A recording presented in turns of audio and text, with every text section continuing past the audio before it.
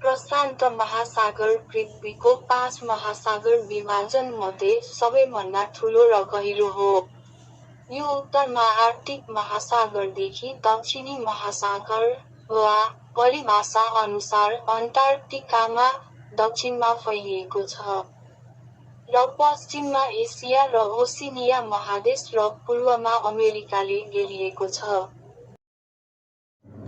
16,52,50,000 वर्ग किलोमिटर 6,35,00,000 वर्ग माइल क्षेत्रफलमा दक्षिणी अन्टार्कटिक सीमासँग परिभाषित गरिए अनुसार विश्व महासागर र हाइड्रोस्फियरको यो सबैभन्दा ठूलो विभाजनले पृथ्वीको पानीको सतहको लगभग 46% र यसको कुल सतह क्षेत्रफलको लगभग 32% ओगटेको छ।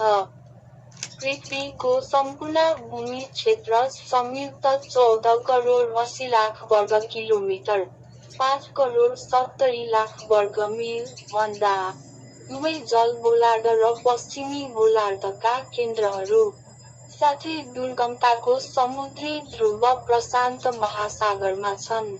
महासागर परिसञ्चरण कोरियोलिस प्रभावको कारणले गर्दा यसलाई दुई भूमध्य रेखा उत्तर प्रशान्त महासागर र दक्षिण प्रशान्त महासागरमा मिल्ने पानीको दुई ठूलो मात्रामा स्वतन्त्र मात्रामा विभाजित गर्दछ।